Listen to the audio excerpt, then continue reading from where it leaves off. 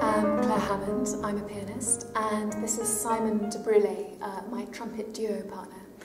We're going to be performing together with the English String Orchestra on Wednesday the 13th of May at the Elgar Concert Hall in Birmingham, and we're going to be premiering, as part of the programme, a new concerto by American composer Geoffrey, which is called Saint Blue.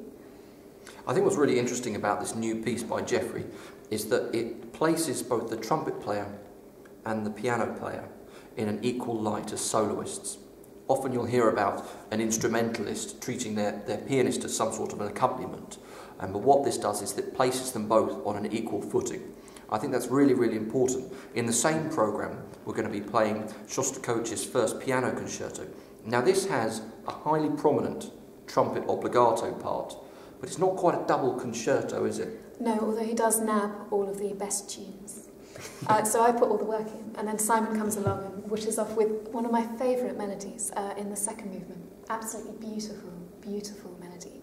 And I remember this piece very clearly from when I was a young child. It was one of my favourite recordings that we had at home, and I was desperate to do this piece at some point.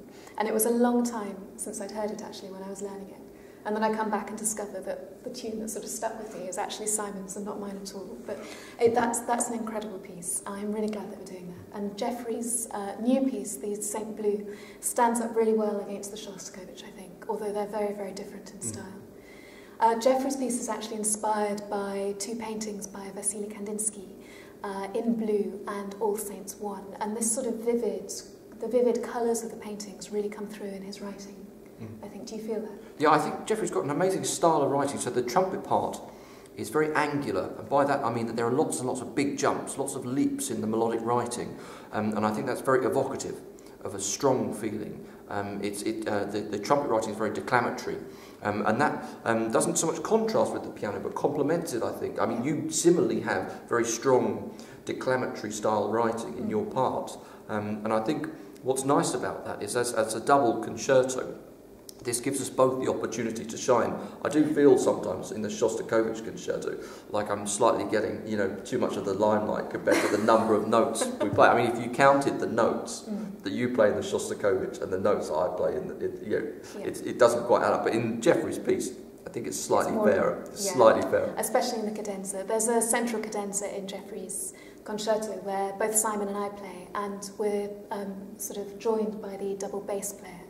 And that's a jazz-infused cadenza, which is really intriguing. And your part there is pretty manic, especially this mute. I think that sonority works really well. I love that. Yeah, it's very busy, very busy. Yeah, so in the cadenza with piano, trumpet and double bass, the trumpet player uses a Hammond mute, again to evoke this kind of jazz characteristic.